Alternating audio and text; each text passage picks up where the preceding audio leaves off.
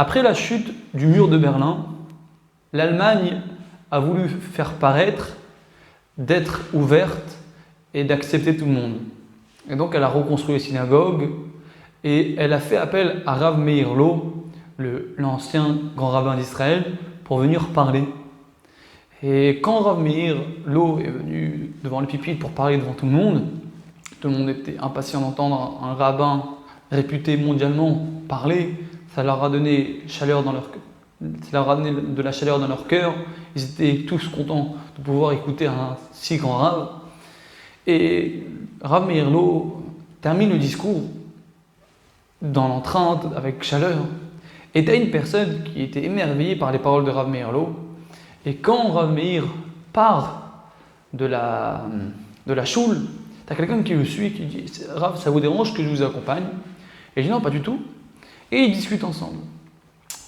Et il lui dit « Vous savez, Rav, depuis la chute du mur de Berlin, un de mes rêves les plus fous, c'est de faire mon aliyah et de monter vers Israël. » Et en discutant, Rav Meir Lo, il lui dit « Sache que je m'occupe de tout, ton passeport et toutes les choses qu'il y a besoin, et tu viens avec moi. » Et la personne en question se met à danser avec joie, comme quoi maintenant il pourra monter en Israël, et tout d'un coup il devient blanc.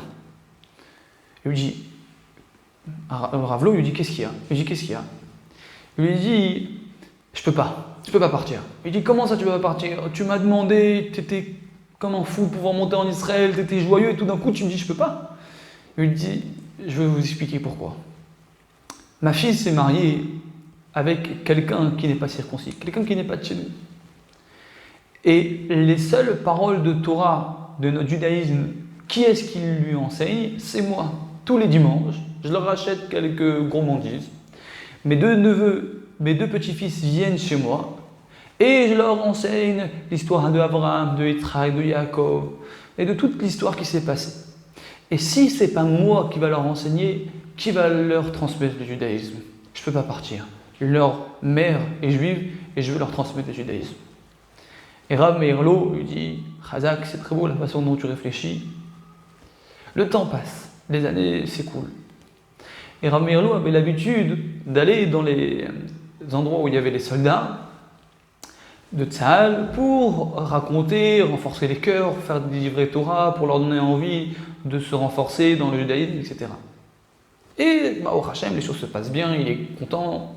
Et un jour, il raconte cette histoire.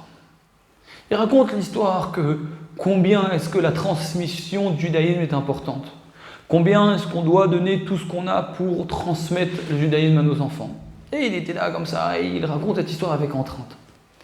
Et au moment où il est en train de raconter cette histoire, quand il termine, tu as un des soldats qui lève la main. Et le Rav lui dit oui. Il lui dit Rav, sachez-le, que ce soldat, c'est moi. Ce soldat que vous voyez en face de vous, c'est moi, mon grand-père, qui a une quinzaine d'années en arrière, tous les dimanches, il nous a enseigné la Torah. Et je voyais l'empreinte et l'investissement qu'il a investi pour nous. Et aujourd'hui, je suis là, un soldat d'Israël. Savoir que le Rambam dit qu'on n'arrête pas un enfant d'étudier la Torah pour construire le Beth Amikdash. Aujourd'hui, on voit que les parents s'investissent beaucoup dans le matériel. Alors oui, c'est important, bien gagner sa vie, mais très souvent, il manque de règles.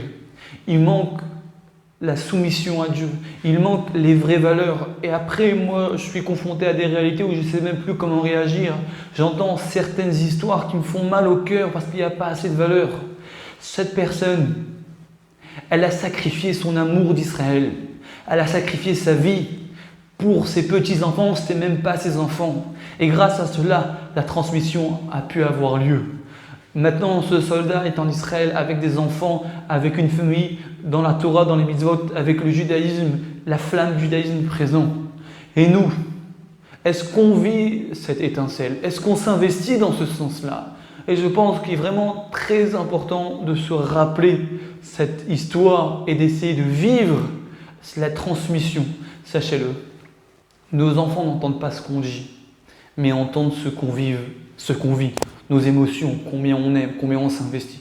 Et c'est comme ça, Bezrat Hashem, qu'on va réussir à transmettre à nos enfants l'amour de la Torah. Et à travers cela, ils vont grandir fiers d'être juifs, fiers d'être ceux qu'ils sont, et ils vont apporter la lumière dans le monde.